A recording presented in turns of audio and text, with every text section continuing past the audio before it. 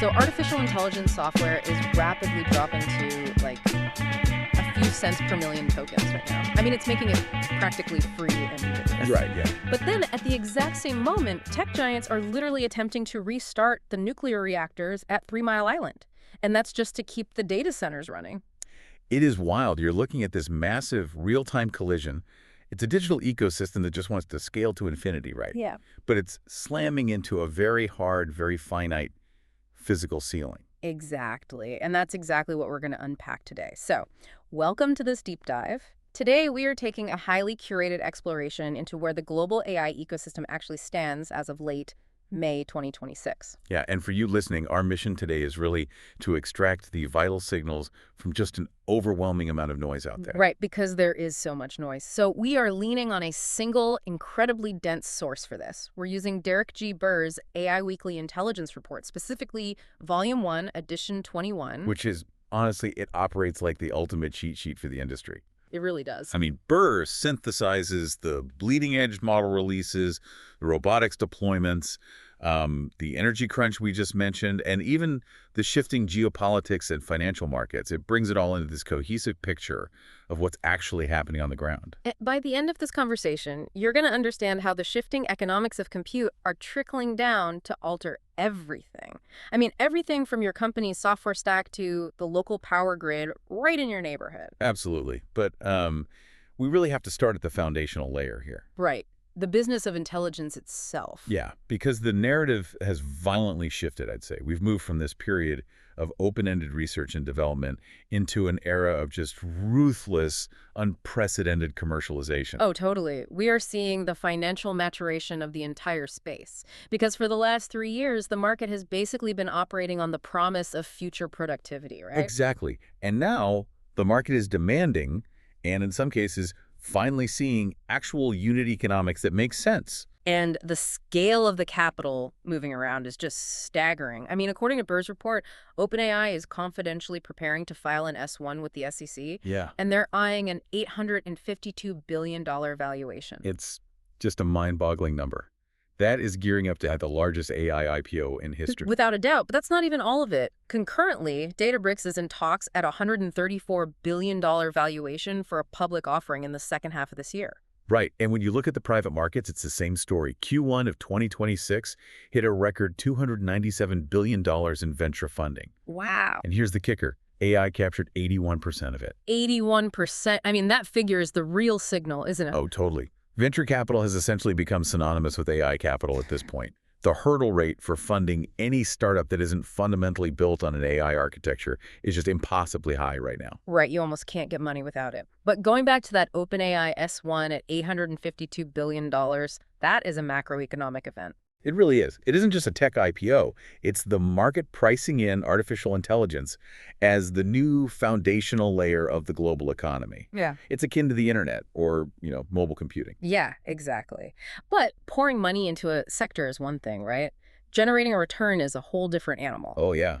The anxiety is real. Right. There has been this lingering, heavy anxiety among institutional investors that generative AI might just end up being the most expensive money pit in human history. Well, because the capital expenditure required to secure hundreds of thousands of GPUs, it's just astronomical. Which is why the Anthropic data in Burr's report is so critical for us to look at. Yeah, that was a huge highlight. So Anthropic is guiding to its first ever quarterly operating profit. Wait, their first ever? First ever, on a projected Q2 2026 revenue of $10.9 billion. Okay, hitting an operating profit at that scale changes the entire conversation.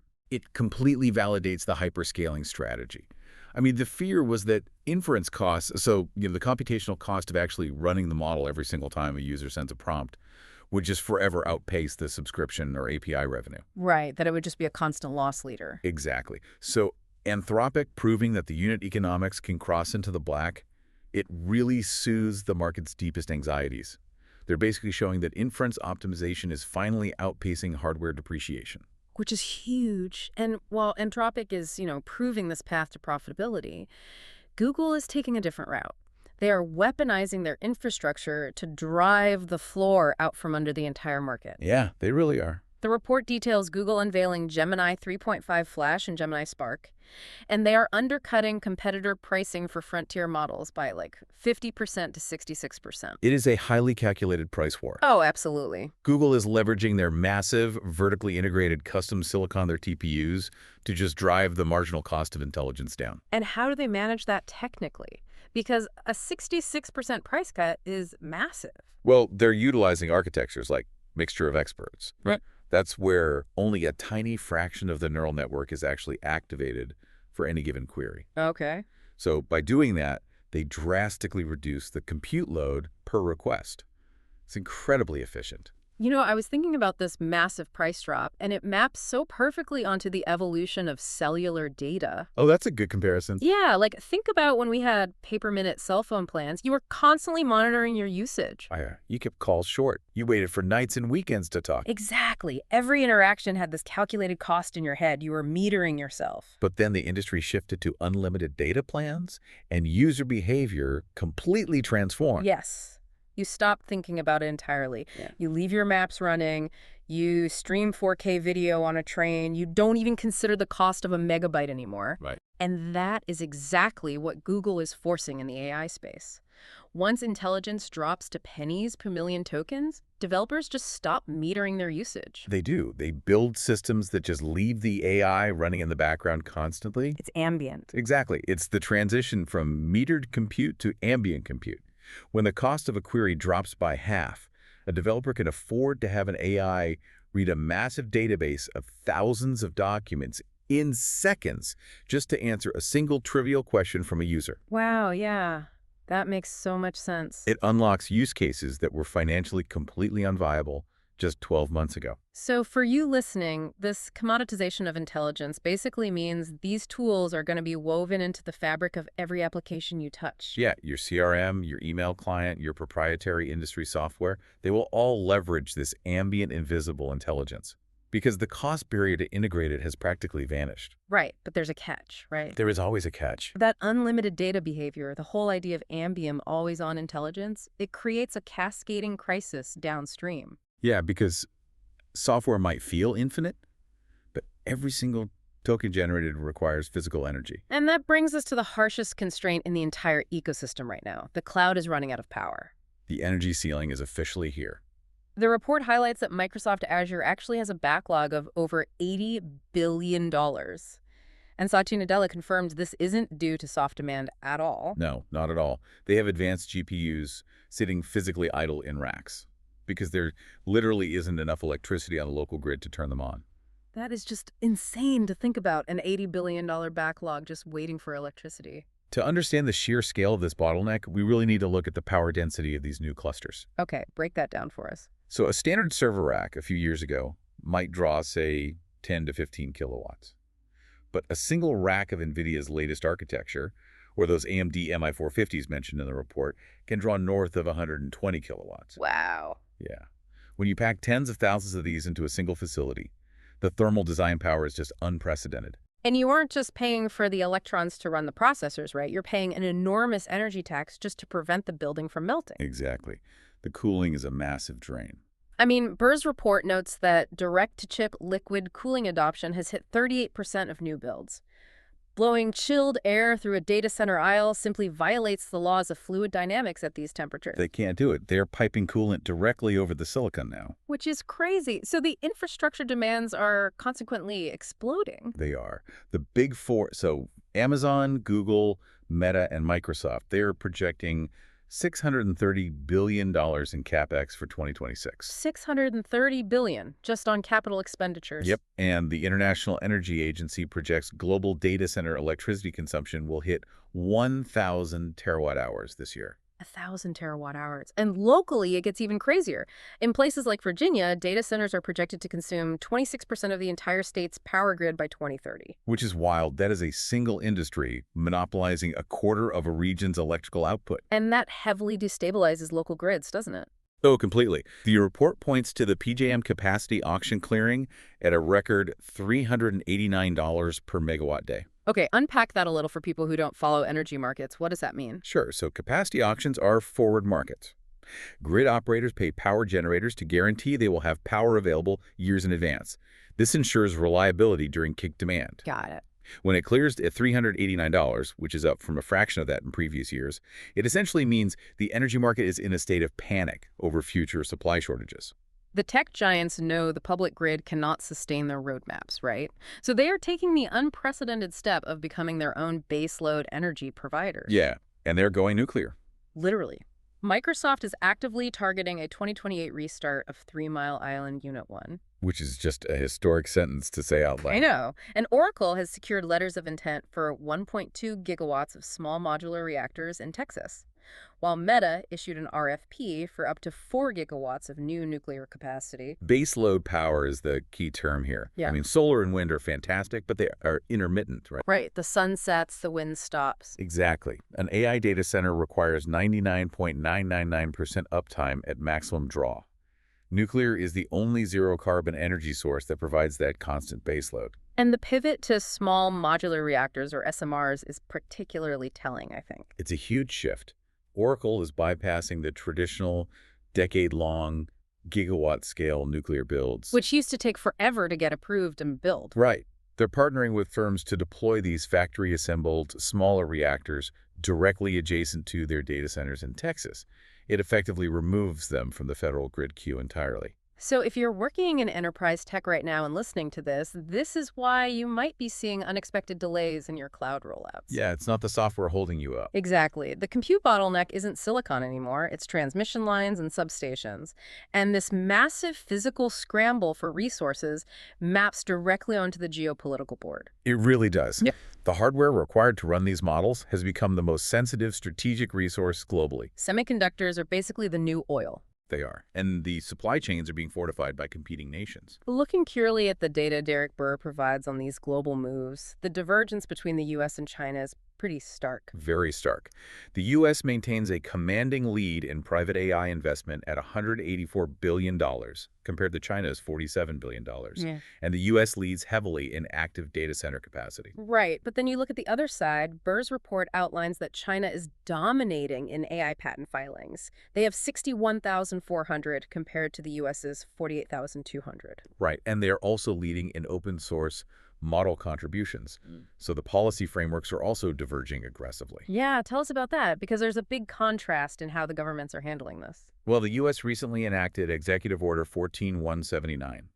The report characterizes this as a push to remove domestic barriers and promote rapid AI dominance. Okay, and what about China? Conversely, China's interim generative AI measures focus heavily on algorithm filing and stringent security reviews before deployment. It's just a completely different approach to regulation, but the most disruptive signal in the geopolitical section of the report centers on export controls, doesn't it? Oh, definitely. The U.S. has maintained strict bans on exporting top-tier AI accelerators to Chinese entities, right?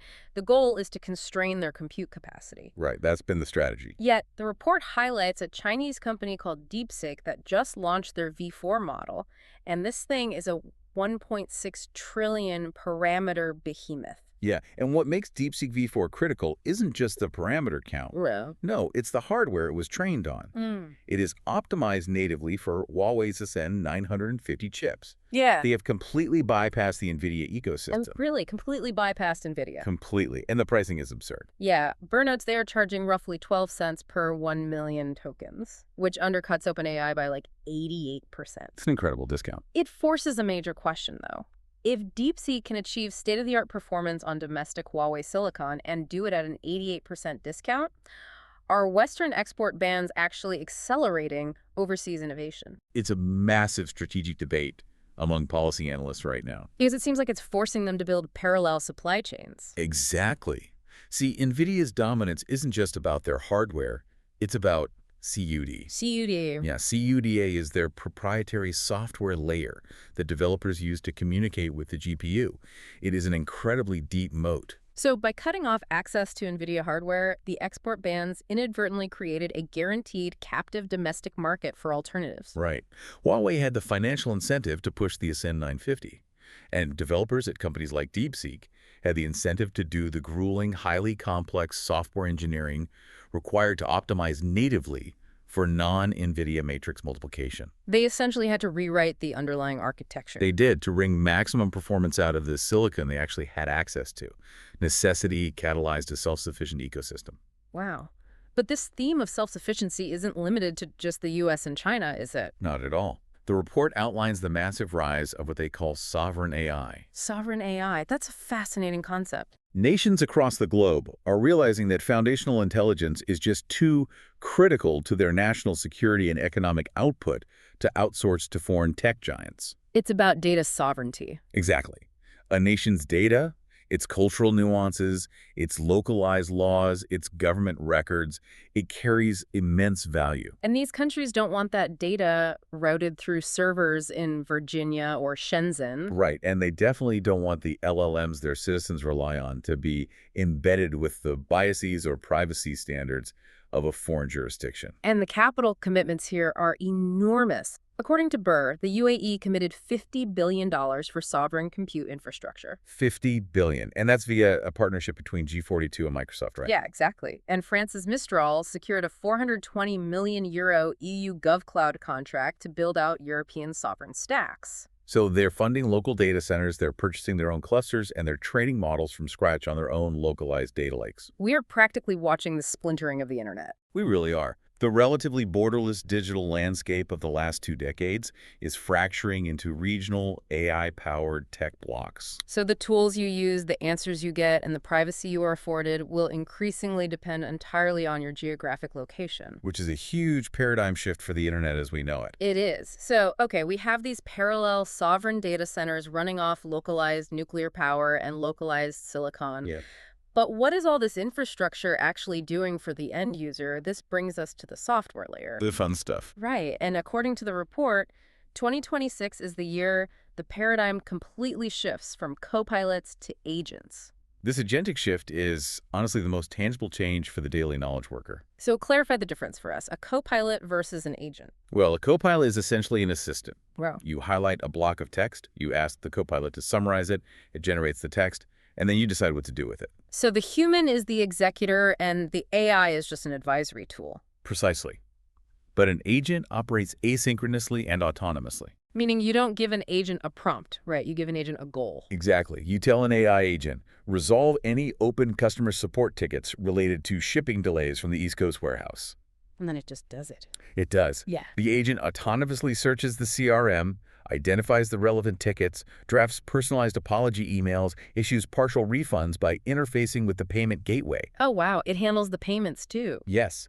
It updates the inventory database and closes the tickets.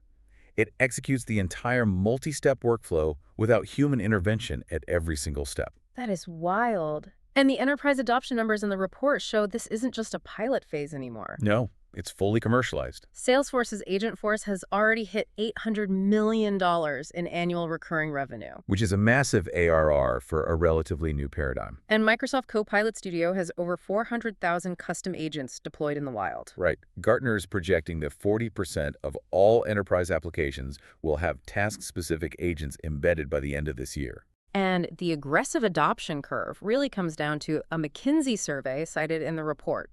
They found that agents are delivering 2.7 times the ROI of traditional copilots. Which makes perfect sense when you think about it. A copilot speeds up a human's task, but it still consumes the human's attention. You still have to babysit it. Right. But an agent decouples the task from human attention entirely. It frees the employee to focus on higher-order strategic work. You know, I was trying to wrap my head around how these language models, which are fundamentally just predicting the next word in a sequence, how do they actually click buttons in a database or send an email? Yeah, that's the magic trick. And the report highlights Anthropic's MCP, the Model Context Protocol, as the answer to that. Right, MCP. MCP is the technical standard that basically acts as the connective tissue between the neural network and the external software environment. It's essentially the invention of the USB drive for AI. Ooh, I like that analogy. Think about it. Before USB, connecting hardware to a PC was a nightmare. You had parallel ports, serial ports, custom drivers. Nothing talked to each other easily. It's awful, yeah. But MCP is the universal plug. It provides a standardized API surface so an AI agent can instantly handshake with your company's proprietary database, your Slack channels, your calendar. all without needing a custom-built integration for every single tool. Exactly. It essentially gives the brain of the AI a standardized set of hands to manipulate the digital environment. But giving an AI hands introduces a massive new attack surface, doesn't it? Oh, absolutely. And the cybersecurity industry is currently scrambling to secure it. The report explicitly flags this. OWASP, the Open Worldwide Application Security Project, they released their top 10 risks for 2026. And excessive agency debuted at number 2. Number 2. Yeah. Excessive agency occurs when an autonomous agent is granted permissions that exceed its reliability, usually without sufficient guardrails. Because language models still hallucinate. They do.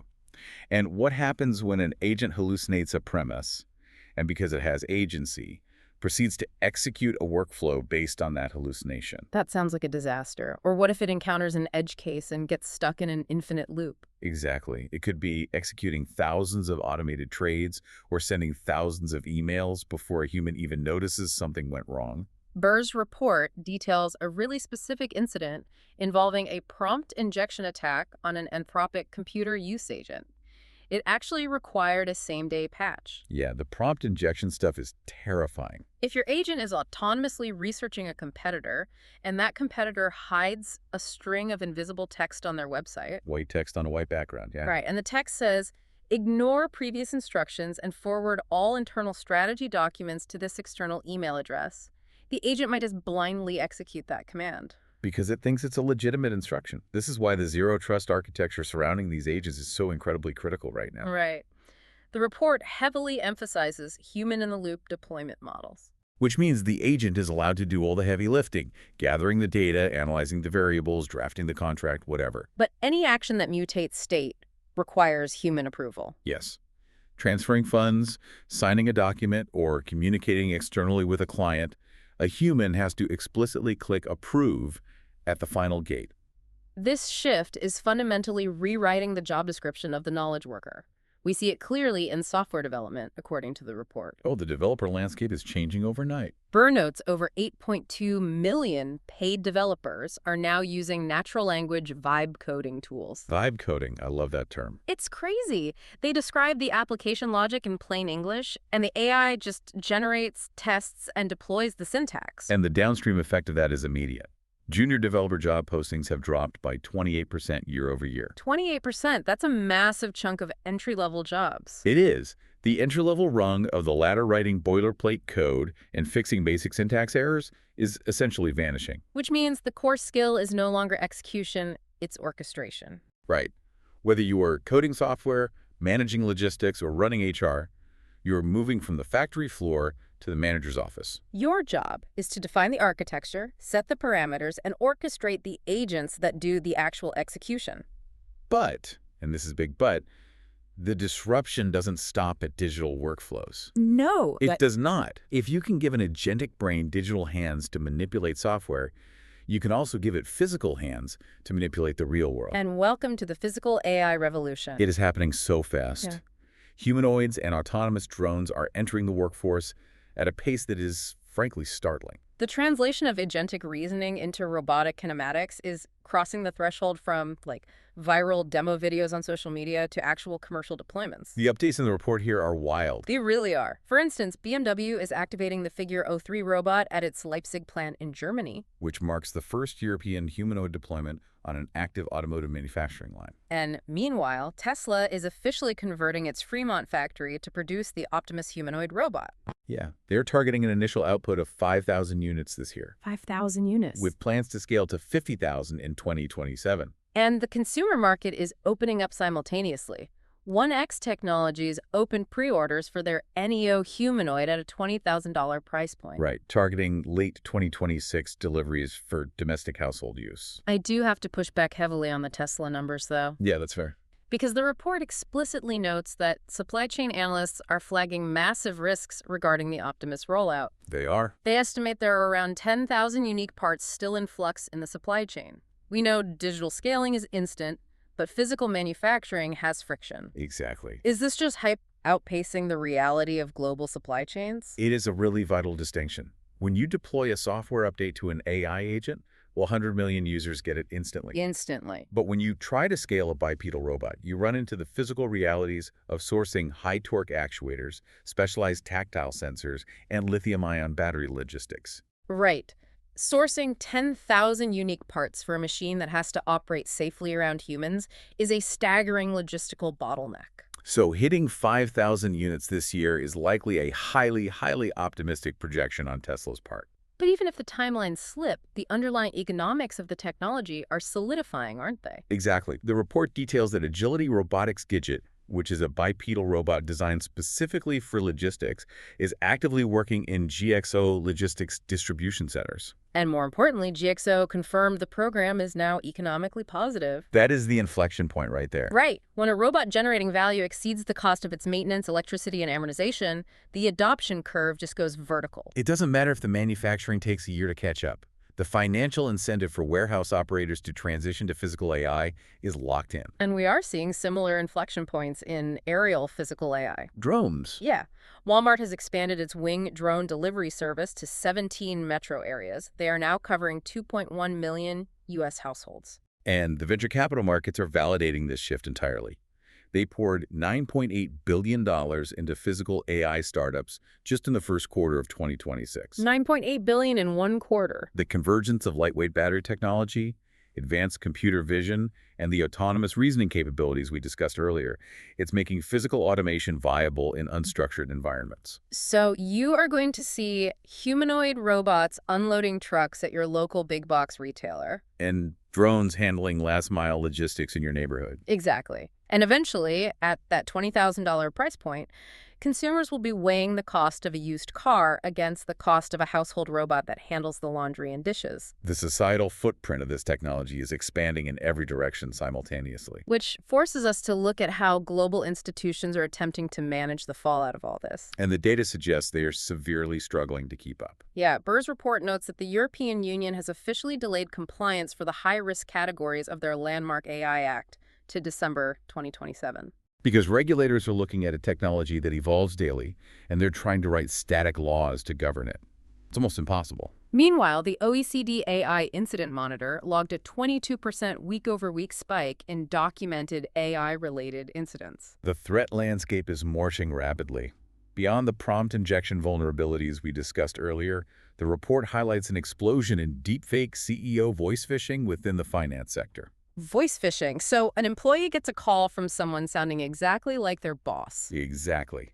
And the voice cloning models only require a few seconds of audio, which is easily scraped from a podcast or a public keynote. Right. Anyone can find that online. Yeah, and they use it to generate flawless, real-time synthesized speech. So a regional manager receives an urgent, panicked phone call from their CEO demanding an immediate wire transfer to secure an unannounced acquisition. And the cadence, the tone, the background noise, it is completely indistinguishable from reality. Burr categorizes this as a critical severity threat, doesn't he? He does. It necessitates immediate out-of-band callback verification across the enterprise. So employees literally have to hang up and call the executive back on a known, internally verified phone line before executing any financial directive. It's the only way to be sure. And the legal sector is dealing with similar chaos, Yeah, the report logs numerous instances of hallucinated legal citations. where AI agents utilized by paralegals invent entirely fictitious case law. And it inadvertently gets submitted in official court filings. But this highlights the fundamental tension regulators face. They are dealing with a classic innovator's dilemma on a macroeconomic scale. Explain that tension. Well, if the EU or the US implements draconian regulations to perfectly secure the ecosystem against deepfakes and hallucinations, they simultaneously throttle the unprecedented breakthroughs happening in other sectors. Ah, right. Because the industry leaps, the report covers are just breathtaking. Oh, they are. Let's look at biotech. Yeah, Insilico utilized generative AI to design a novel fibrosis drug and push it to phase 3 clinical trials in just 14 months. Which is incredible, because the historical industry average for that process is 32 months. By using AI to map the latent space of molecular structures and simulate protein folding, they are literally cutting the drug discovery timeline in half. And recursion and isomorphic labs are showing similar positive phase 2 data that completely beats historical baselines. It's not just biotech either. In finance, JP Morgan's internal LLM suite is now handling 32% of all internal employee queries. It's drastically reducing overhead. And in the physical realm, Waymo's autonomous vehicle fleet crossed 250,000 weekly paid rides. They're safely navigating complex urban environments at scale. So if a regulator pauses deployment to figure out the legal liabilities of an autonomous agent, They are implicitly delaying a molecule that could cure fibrosis and save thousands of lives. it is an impossible balancing act. It really is. We are reaping the rewards of life-saving medical acceleration and massive productivity gains while simultaneously enduring highly sophisticated security threats. Because the bureaucratic guardrails simply cannot be constructed fast enough to contain the pace of the underlying mathematics. Exactly.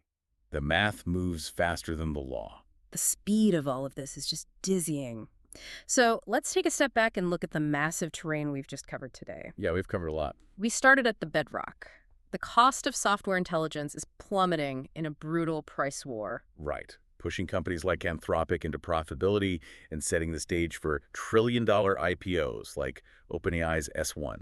But that plummeting digital cost crashed into the rigid physical limits of the global energy grid. Forcing a pivot to nuclear baseload power and small modular reactors just to keep the servers online. And those physical constraints are fueling a fierce geopolitical chip war, driving massive investments into sovereign data centers. And forcing companies overseas to natively optimize their models on alternative silicon, totally bypassing Western export bans. We saw how that resulting compute power is shifting the daily software experience from helpful co-pilots to autonomous agents. Fundamentally altering the way developers write code and enterprises manage their workflows. And finally, we saw those autonomous brains being downloaded into physical chassis.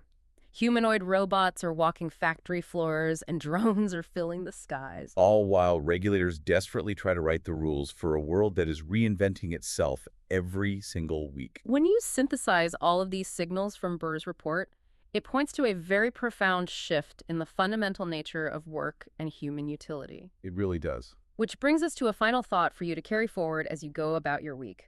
We have spent this entire time looking at how intelligence, both the digital reasoning of an AI agent and the physical labor of a humanoid robot, is rapidly becoming a cheap, ubiquitous commodity. It is turning into a utility like electricity or water. Right. So if a machine can execute a digital workflow perfectly, And a robot can execute physical labor flawlessly. and they can do it for pennies on the dollar, asynchronously, what is the uniquely valuable human trait that remains? That is the million-dollar question. In a world where the execution of a task is a solved, commoditized problem, the value of a human being shifts entirely away from doing the work.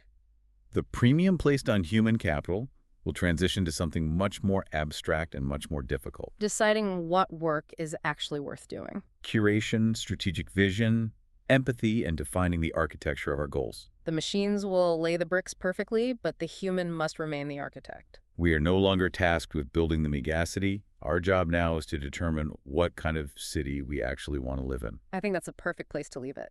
Thank you for joining us on this deep dive. Keep questioning the blueprints, keep learning, and we'll see you next time.